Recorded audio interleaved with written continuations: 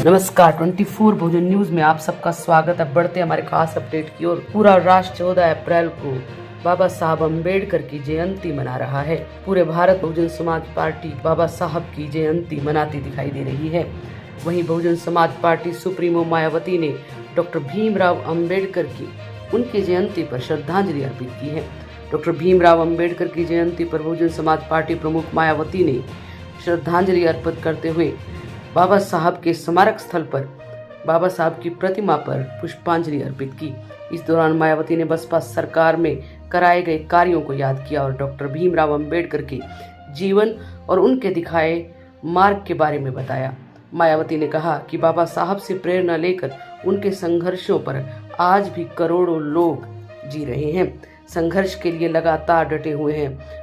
उनके जीवन संघर्ष से करोड़ों अनुपात भिन्न विभिन्न और अन्य परिश्रम कश समाज के लिए आज भी बाबा साहब एकमात्र आशा की किरण है।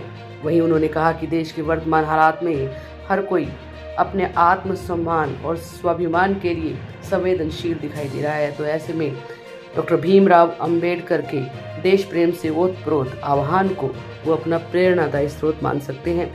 मायावती ने कहा कि धर्म, संस्कृति, भाषा और राज्य के प्रतीक चिन्ह निष्ठा से ऊपर हैं।